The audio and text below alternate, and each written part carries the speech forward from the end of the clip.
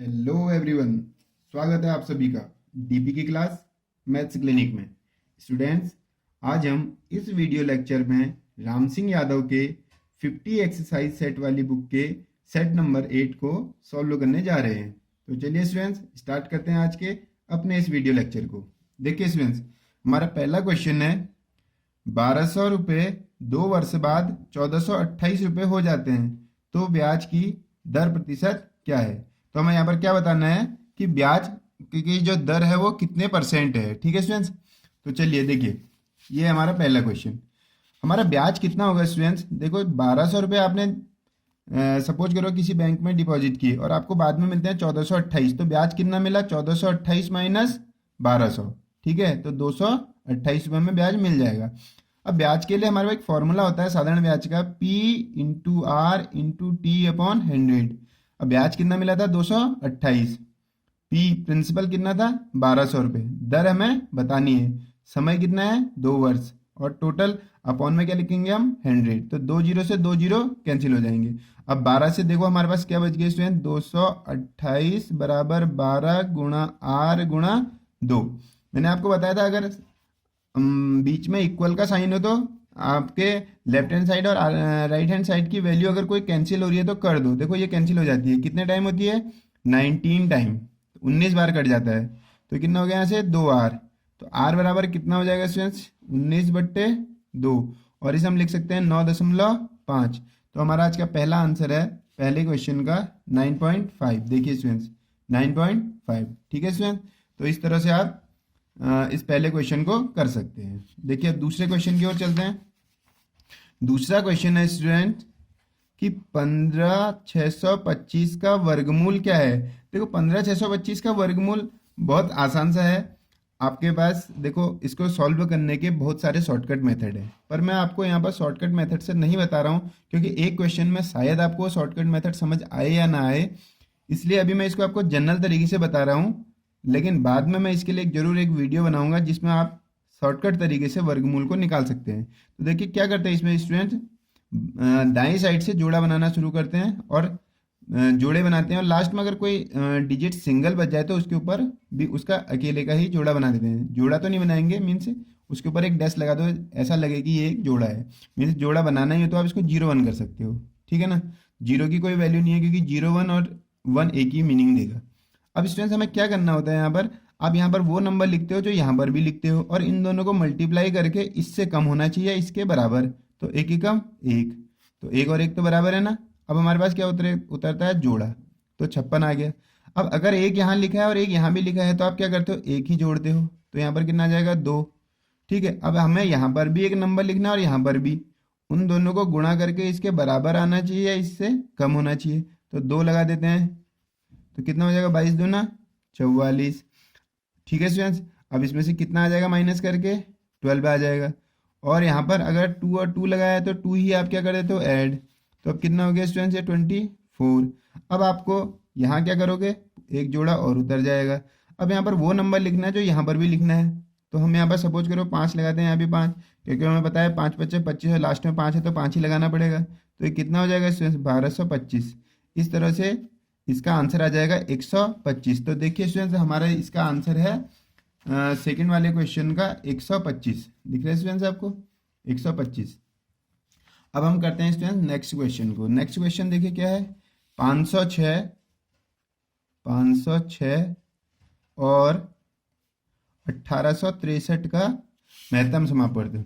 अब इसके दो ऑप्शन है स्टूडेंट्स। अगर आपको आपके जो मीन्स या तो आप क्या कर सकते हो इसमें, देखो या तो आप क्या करोगे इसमें, एक मेथड ये करोगे कि इन दोनों में आपको जो जनरल मेथड होता है उसको अप्लाई कर दोगे, या एक तरीका ये हो सकता है कि आपको टेबल लर्न हो, जैसे 21 की टेबल लर्न है तो आप क्या करोगे 21 से इसको भाग दोगे। अगर इसमें भाग चला गया और इन दोनों में भाग चला गया तो 21 उत्तर होगा।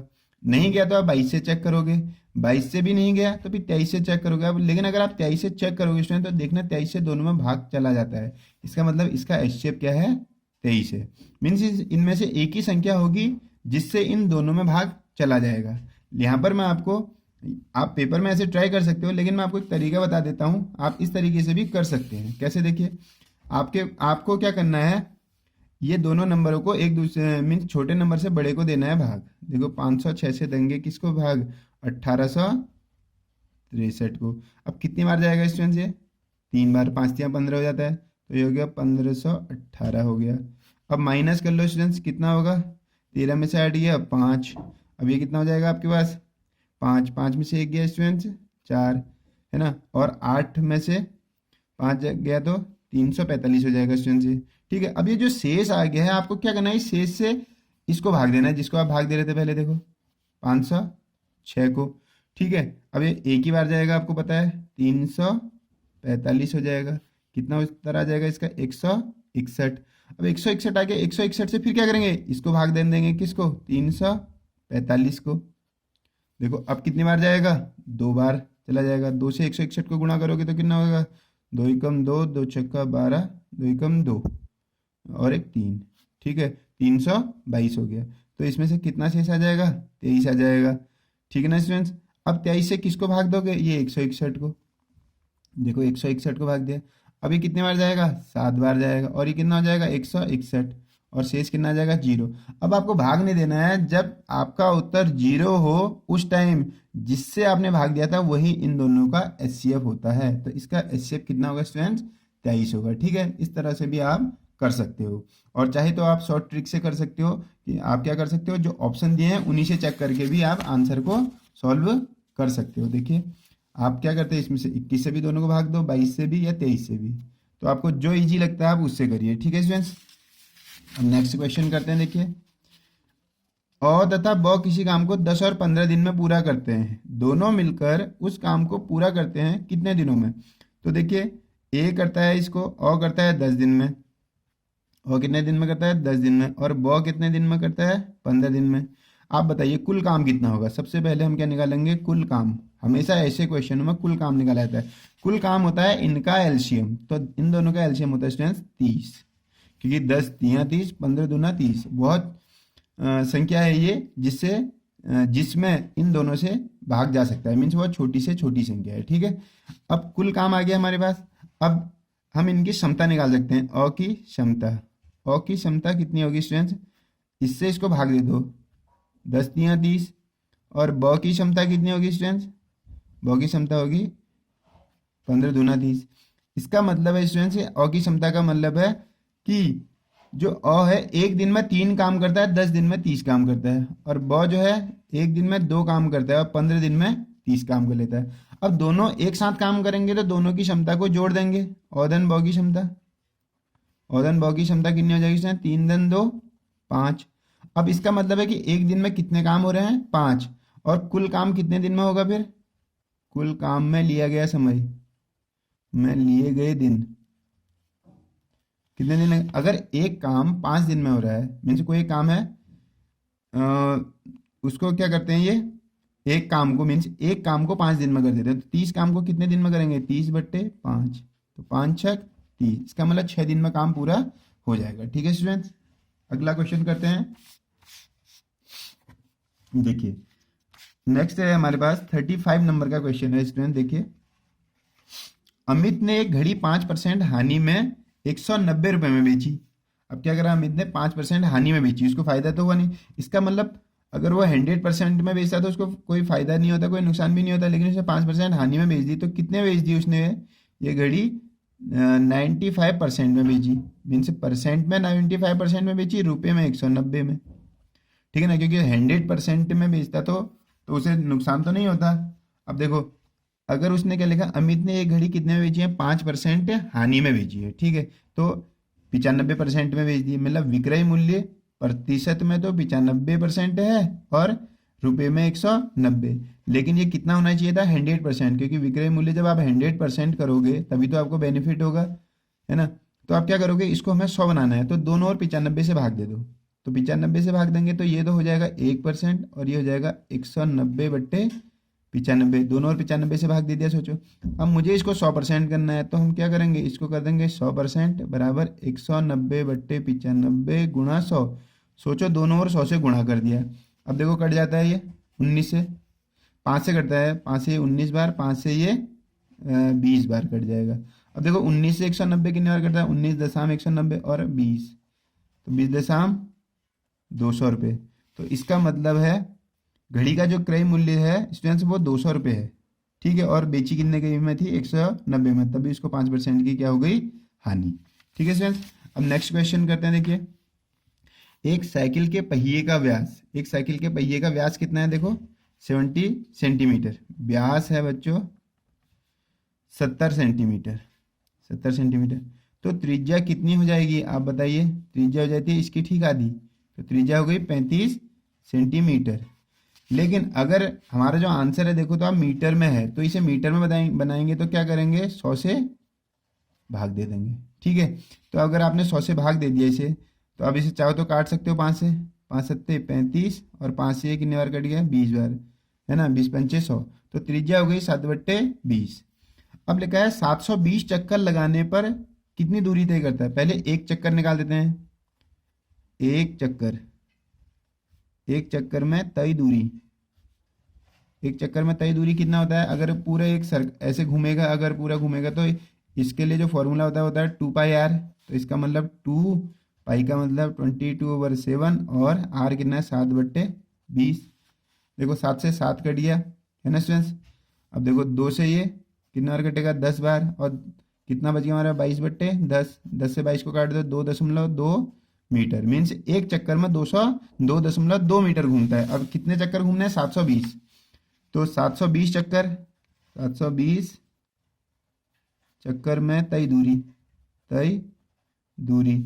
अब देखो 720 गुणा आप क्या कर लोगे इसे, 2.2, ठीक है स्टूडेंट्स। तो अब 720 और 2.2 को आप गुणा कर देंगे तो ये आपको आंसर मिल जाएगा। उम्मीद करता हूँ ये गुणा तो आप खुद से भी कर सकते हो, ठीक है। अगर आपसे नहीं हो पाता है तो हम करके दिखा देते हैं आपको। देखो जीरो, अगर इसका दशमलव हटाएंगे तो जीरो हट जाएगा, तो कितना हो गया, 72 गुणा इतना हो जाएगा 22। अब देखो 22 दूना 44, कितना हो गया इसका, 4 तो हो गया इसका हासिल। अब 22 सत्ते कितना होगा स्टूडेंट, 154, 154, 154 और 4 158, कितना होगा ये 158, तो कितना हो जाएगा स्टूडेंट ये 1584। तो उत्तर कितना होना चाहिए, 1584। देखिए 1584, ये देखिए स्टूडेंट सेकंड आंसर है हमारा 1584, ठीक है स्टूडेंट। तो उम्मीद करता हूँ ये भी आपको समझ में आया होगा। चलिए अब करते हैं अपने नेक्स्ट क्वेश्चन को। नेक्स्ट क्वेश्चन क्या है, देखो 5 मीटर लंबे L बराबर 5, चौड़ाई है 4 और ऊंचाई है स्टूडेंट 3, H बराबर है 3। एक ऊंचे कमरे में बड़े से बड़ा कितना लंबा बांस रखा जा सकता है। जो सबसे लंबा होता है कमरे में स्टूडेंट्स वो होता है उसका विकर्ण। तो विकर्ण का फॉर्मूला होता है L² + B² + H²। तो इसमें फॉर्मूले में वैल्यू रख देते हैं।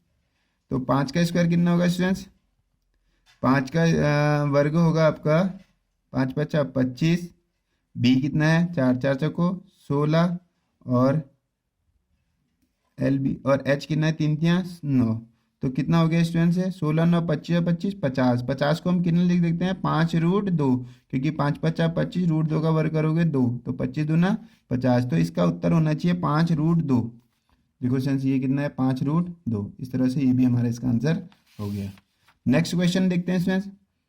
धातु के 3 घन जिनकी भुजाएं क्रमशः 3 4 5 है, मीन्स 3 भुजाएं हैं, 3 घन है सॉरी। तो लाइक जैसे देखिए एक घन ये है, एक ये एक घन हो गया, ऐसे ही स्टूडेंट इसमें 3 घन है, ठीक है। ये हमारे क्या हो गए, इसके 3 घन हो गए। और तीनों घनों की जो भुजाएं, एक घन की भुजा 3 है, एक को 4, एक को 5। अब कह रहा है तीनों को पिघला के एक बड़ा सा घन बना देना है। तो जब तीनों को पिघलाएंगे तो तीनों घनों का आयतन जो होगा, 3 घन का आयतन किसके बराबर होगा, नए घन के आयतन के बराबर, नए घन के आयतन के बराबर। क्योंकि तीनों को मिलाकर एक नया बन रहा है तो उस नए का आयतन अकेले इन 3 घनों के बराबर होगा। तो अब क्या करेंगे, घन का आयतन आपको मालूम है स्टूडेंट्स क्या होता है, जैसे ये है तो a³ होता है, इट मीन्स कि 3 का क्यूब प्लस दूसरे घन को भी इसमें जोड़ देंगे 4 का क्यूब प्लस तीसरे को भी इसमें जोड़ देंगे इसका क्यूब बराबर नए घन का आयतन, नए घन का आयतन। अब देखो 3 का क्यूब कितना होता है स्टूडेंट्स, 3 3 होती है 27, 4 का करो 4 चौको 16 चौको 64, इसका करो 125, तो ये नए घन का आयतन आ रहा है, तो ये कितना हो रहा है जोड़ के देखो, ये हो जाएगा आपका स्टूडेंट 216 बराबर ये नए घन का आयतन आ गया। नए घन को हम ए क्यूब कह लेते हैं, ठीक है। तो ये ए क्यूब बराबर इतना आ गया। अब बताओ 216 किसका क्यूब होता है? 6 का क्यूब होता है, और ये ए क्यूब है ना। तो तीन तीन इनकी घात हटा दो तो ए बराबर कितना आ गया? 6। इसका मतलब जो नया घन बनेगा उसकी जो भुजा है वो 6 सेंटीमीटर लंबी होगी, ठीक है। मीन्स उसके लंबाई 6 सेंटीमीटर होगी। देखो ये नए घन की भुजा कितनी है? 6 सेंटीमीटर, ठीक है स्टूडेंट्स। अगला देखिए 4x² माइनस 9 के गुणनखंड करने हैं। आप खुद देखो स्टूडेंट्स, 4x को हम x² को हम 2x का स्क्वायर लिख सकते हैं। 9 को क्या लिख सकते हैं स्टूडेंट बताइए? 3 का स्क्वायर। तो ये यहाँ पर देखो a² माइनस b² वाला फॉर्मूला लगा सकते हैं ना, 2x + 3 और 2x - 3। तो ये हमारा आंसर हो जाएगा इजीली, ठीक है। सिंपल सा था। 2x + 3 और 2x - 3, इसमें देखिए कौन सा ऑप्शन है? बी ऑप्शन है, ठीक है स्टूडेंट्स। अब देखिए हमारा इसमें अगला क्या है? अगला लिखा है इसमें कि 5x - 4 बराबर 3x - 8 में x का मान ज्ञात करो। ये तो बहुत सिंपल है, x वाले एक साइड और जो डिजिट है वो एक साइड। तो 5x में से 3x घटाओ 2x है, 8 में 4 गया तो 4, 2 से 4 कितने बार कट जाएगा स्टूडेंट्स? 2 बार। तो कितना हो जाएगा? x की वैल्यू कितनी आ जाएगी यहाँ पर? 2। सिंपल सा क्वेश्चन था ना स्टूडेंट्स। अब नेक्स्ट करते हैं। देखो अब नेक्स्ट क्या है हमारे पास? कौन सी राशि 8% साधारण ब्याज की दर से 2 वर्षों में 174 रुपये हो जाएगी? अब देखिए स्टूडेंट्स, अगर कोई राशि तो हमारे पास होगी जिसमें हमें हर साल 8% का ब्याज मिल रहा है और 2 साल बाद हमको 174 रुपये मिल रहे हैं। इसका मतलब ये ए हुआ। ए क्या है? 174। मीन्स इसमें मूलधन भी है और हमारा ब्याज भी है, तो इसे हम कहेंगे मिश्र धन। इसलिए वो मिश्र धन को हमने कह दिया ए से अमाउंट। इसमें हमारा ब्याज भी है और हमारे रुपए भी हैं, तभी तो मिलके दोनों 2 वर्षों में 174 रुपये हुए हैं। अब देखिए परसेंट में क्या है? ये परसेंट में क्या होगा? 100% हमारा धन था ना स्टूडेंट? धन हमारा धन था 100%। और ब्याज कितना मिला है? 1 साल का 8%, तो 2 साल का कितना मिला होगा स्टूडेंट्स हमें? 16%, क्योंकि 1 साल का 8 तो 2 साल का 16% हो जाएगा। तो परसेंट में ये कितना हो गया स्टूडेंट्स? 116%। अब ये जो धन है ये परसेंट में तो 116% है, लेकिन रुपयों में कितना है? 174। तो होना तो ये दोनों ने बराबर चाहिए था स्टूडेंट्स, तो बराबर कर लेते हैं। 116% की वैल्यू कितनी है स्टूडेंट्स? 174। अब हमें क्या निकालना है स्टूडेंट्स? हमें तो अपना मूलधन निकालना है। मीन्स हमारा मूलधन कितना होता है हमेशा? 100%। तो इसको 100% बना लेते हैं। तो 100% कैसे बनाएंगे? सबसे पहले आप क्या करो, 116 से 2 और भाग दे दो, तो ये 1% हो जाएगा। 174/116। अब क्या करो, अब 100 से 2 और गुणा कर दो, तो ये 100% हो जाएगा। 174/116 गुणा 100, ठीक है स्टूडेंट्स। अब देखिए ये 100% हो गया। अगर इसको सॉल्व करते हैं तो हमारा 100% क्या होता है? मूलधन, वो आ जाएगा। इससे इसको कैंसिल कर दो। कितना टाइम होगा ये होगा लगभग 1.5। आप चेक कर लेना, 1.5 होगा। और गुणा 100, अब 100 से गुणा कर दो इसको। अब 100 से गुणा करना तो आसान है, बताइए कितना होगा? ये 150। इसका मतलब हमारा मूलधन कितना था? हमारा धन था 150, ब्याज मिला के हमको कितना मिला था? 174, ठीक है स्टूडेंट्स। उम्मीद करता हूँ ये क्वेश्चन समझ में आया होगा। अगर ये समझ में आया हो तो प्लीज़ लाइक करें। देखिए हमने कोई फॉर्मूला अप्लाई नहीं किया है इसमें, सिंपल मेथड से किया है। मीन्स जो हमें नॉलेज है उससे ही हमने इसे सॉल्व कर लिया। हमें अभी कोई फॉर्मूला लगाने की ज़रूरत नहीं पड़ी। अगर आपको ये अच्छा लगा हो तो प्लीज़ लाइक कीजिए। अब देखिए स्टूडेंट्स नेक्स्ट देखिए स्टूडेंट्स क्या लिखा है? एक त्रिभुज है जो इस वृत्त के अंदर बना है। इसका मान कितना दे रखा है स्टूडेंट्स? इसने 30। अब मैं आपको बता दूं स्टूडेंट्स, एक लाइन याद करना कि जो अर्धवृत्त होता है, मीन्स ये आधा वृत्त है ना, अर्धवृत्त पर जो बना कोण होता है वो हमेशा समकोण होता है। मीन्स ये 90 होगा। ए की वैल्यू कितनी होगी स्टूडेंट्स इसमें? 90। ए की वैल्यू 90 होगी। देखो ए की वैल्यू 90 वाला एक ही ऑप्शन है हमारे पास। अब इसमें कोई नहीं वाला भी है, हो सकता है ये नहीं भी हो दूसरा। अगर ये 90 होगा और ये 30 होगा तो 90 और 30 कितने हो गए स्टूडेंट्स? बताइए 90 और 30 120। और टोटल तीनों कोणों का योग होता है 180। तो तीसरे वाले ने कितना होना चाहिए स्टूडेंट्स? 60। तो बी वाले ने 60 होना चाहिए। तो बी कितना है? 60। इसका मतलब ए 90, बी कितना हो गया? 60। हमेशा देखना, अगर कोई लाइन केंद्र से होके गई है और उस पर त्रिभुज बना है तो जो सबसे ऊपर बना होगा, मीन्स जो इस भुजा के ठीक सामने बना होगा, वो हमेशा 90 होता है। ये 90, ये 30, 120, तीसरा अपने आप ही 60 हो जाएगा। तभी तो तीनों कोणों का योग 180 होगा। उम्मीद करता हूँ ये क्वेश्चन आपको समझ में आया होगा। अब देखिए स्टूडेंट्स अगला क्वेश्चन देखो, मैं आपको बिना फॉर्मूले से बता रहा हूं, अगर आपको अच्छा लगा तो प्लीज कमेंट करके बताइएगा। देखिए एक चुनाव में, अच्छा आपको दिख नहीं रहा होगा स्टूडेंट्स, देखिए एक चुनाव में एक उम्मीदवार 40% वोट प्राप्त करता है। ए को मिले, सपोज करो एक उम्मीदवार है ए, उसको 40% वोट मिले। अब जो दूसरा वाला उम्मीदवार होगा, सीधी सी बात है, उसको 60% वोट मिले होंगे, तभी तो 100% वोट होंगे। अब अपने प्रतिद्वंदी से कितने वोटों से हारा है ये? 298 वोटों से हारी है। अब देखो इनके वोटों का अंतर कितना है, प्रतिशत में है ये 20% का अंतर। प्रतिशत में कितने का है? 20% का।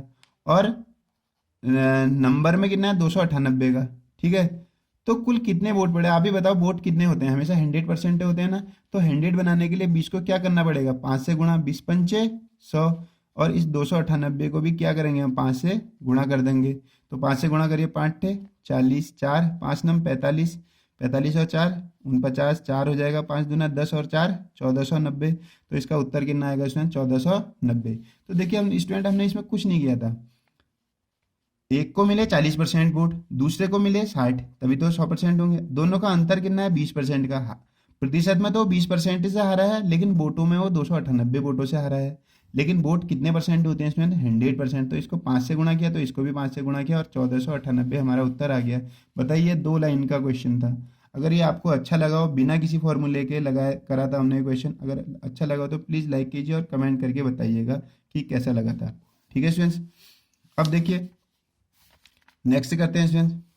एक पिता अपने पुत्र से, शायद आपको दिख नहीं रहा है, अब देखिए, एक पिता अपने पुत्र से, यहाँ पर लिख देता हूँ, एक पिता अपने पुत्र से 20 वर्ष बड़ा है। ठीक है स्टूडेंट्स, 5 वर्ष बाद पिता की आयु अपने पुत्र से कितने गुना रह जाती है? 3 गुना रह जाती है। तो उसकी वर्तमान आयु ज्ञात करो। देखो स्टूडेंट्स, ये तो बिल्कुल ऑप्शन से भी हो सकता है, आप चाहो तो इसको सॉल्व कर सकते हो कि इनमें देखो सबसे पहले 20 का अंतर किसमें है।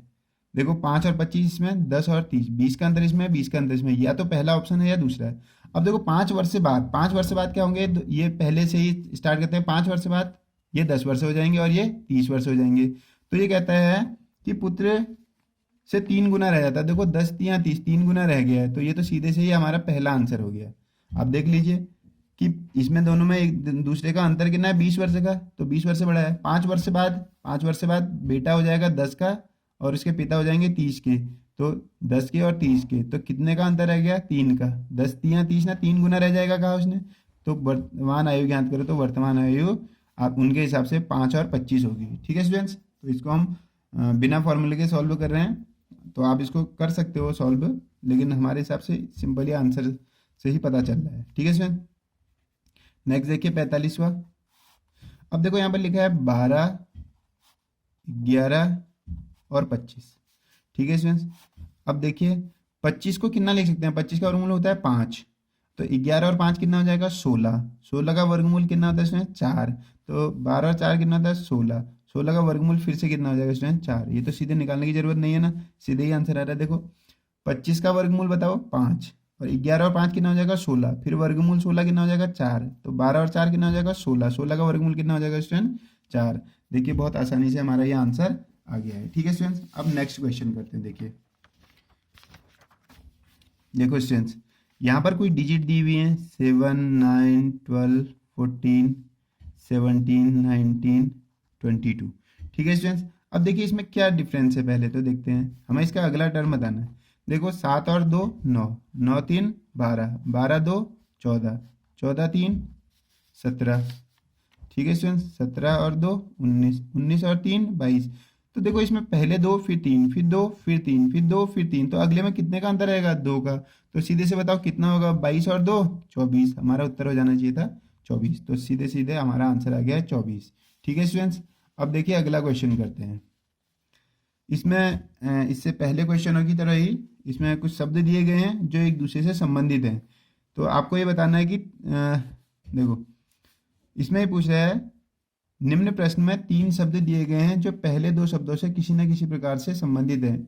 इसी आधार पर तीसरे शब्द का संबंध दिए हुए विकल्पों से छांटना है। देखो यदि गाड़ी के लिए घोड़ा हो, गाड़ी के लिए क्या है? घोड़ा। तो आप खुद सोच सकते हो, गाड़ी जो घोड़ा गाड़ी होती है उसमें घोड़ा क्या करता है? गाड़ी को खींचता है। तो रेल, रेल को कौन खींचता है? उसका इंजन। सीधे से पता है इंजन। ठीक है ना, तो ये तो बहुत सा सिंपल सा क्वेश्चन था, इसका आंसर हो जाएगा इंजन। अगला देखो स्टूडेंट्स, कुछ इसमें कोड दे रखे हैं। कंडेम लिखा है इसमें, कंडेम को क्या बना रखा है इसने, CNODMEN।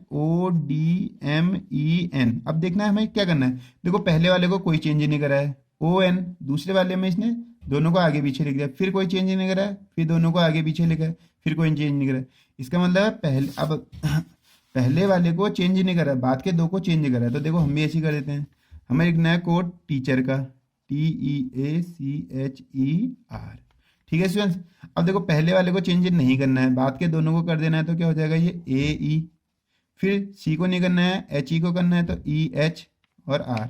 देखिए कौन सा होगा इसका ऑप्शन, TEACHER। तो ये आपका फोर्थ ऑप्शन बनता है, देखिए D, TEACHER। तो इसका हमारा आंसर होगा 48 नंबर का। ठीक है स्टूडेंट्स। तो 49 नंबर का क्वेश्चन देखते हैं। देखिए स्टूडेंट्स, 49 नंबर का क्वेश्चन ये है। इस क्वेश्चन में ये कहता है कि इस लाइन में ऐसे कितने 3 हैं जिनके ठीक पहले 8 हो तथा बाद में क्या हो, बाद में 6 होने चाहिए। तो हमें ऐसा देखना है, जिन ऐसे नंबर ढूंढने। देखो 3 से पहले 8 है, फिर सीधे 6 है। अब देखो 3 से पहले 8 है, सीधे 6 है। 3 से पहले 8 है, फिर सीधे 6 है। 3 से पहले 8 है, फिर सीधे 6 है। 3 से पहले 8 है, 6 है। अब देखिए और कोई नहीं है ऐसे जिसमें 3 से पहले 8 हो, बाद में 6 हो। सिर्फ ऐसे 4 ऑप्शन है। तो इसका लास्ट ऑप्शन है, देखिए स्टूडेंट्स, D। 4 ही ऑप्शन है ना इसमें। ठीक है स्टूडेंट्स। तो उम्मीद करता हूँ ये आपको समझ में आ गया होगा। नेक्स्ट करते हैं स्टूडेंट्स। देखो 50 नंबर का क्वेश्चन है। एक व्यक्ति का मुख पश्चिम की ओर है, वह 45 अंश से घड़ी की दिशा में घूमा और पुनः 180 अंश से उसी दिशा में घूमता है। इसके बाद वह 270 घड़ी की सुइयों के विपरीत दिशा में घूमा, तो अब उसका मुख किस ओर है। तो देखो स्टूडेंट्स, हमने एक डायग्राम बना लिया है यहाँ पर, अगर आपको दिख रहा हो तो देखो, दिख रहा है स्टूडेंट्स। अब हम क्वेश्चन को देखते हैं और इसको सॉल्व करते हैं। देखो सबसे पहले क्वेश्चन में क्या लिखा है, एक व्यक्ति का मुख पश्चिम की ओर है। तो देखो इसमें पश्चिम का है, तो उसका मुंह कहाँ को है, यहाँ को है, पश्चिम की ओर को। अब वह यहाँ पर देखो, वह 45 डिग्री घड़ी की दिशा में घूमा, तो 45 डिग्री घड़ी की दिशा में। देखो स्टूडेंट, इन सब लाइनों के बीच में 45 अंश का ही अंतर रखा हुआ है, क्योंकि सबको गुणा करोगे तो ये सब 45 है और 8 बने हैं, ये 45 अट्ठे 360। तो सोचो ये 45 अंश से घड़ी की दिशा में घूमा, वो यहाँ पहुंच गया, यहाँ पर पहुंच गया होगा। ठीक है स्टूडेंट। अब यहाँ पर पहुंचा तो फिर कहता है, देखिए वह 180 अंश से उसी दिशा में फिर घुमा। देखो 180 अंश से उसी दिशा में घुमा। अब यहाँ से ये 180 अंश से घूमेगा, तो ये लाइन 180 की होती है, तो कहाँ पहुंच जाएगा स्टूडेंट, सीधे यहाँ पहुंच जाएगा। अब ये 180 अंश से उसी दिशा में वापस घूम गया था। अब क्या लिखा देखो, इसके बाद वह 270 घड़ी की सुइयों के विपरीत घुमा। अब देखो, अब ये घूमेगा 270 फिर से। देखो यहाँ से यहाँ तक था 180 हुआ और 90 और घूमना चाहिए उसने यहाँ पर। तो मतलब ये क्या होगा, यहाँ से घूम के वापस यहाँ पहुँच जाएगा, पहुँचेगा नहीं पहुँचेगा। तो अब ये यहाँ पर पहुँच गया है।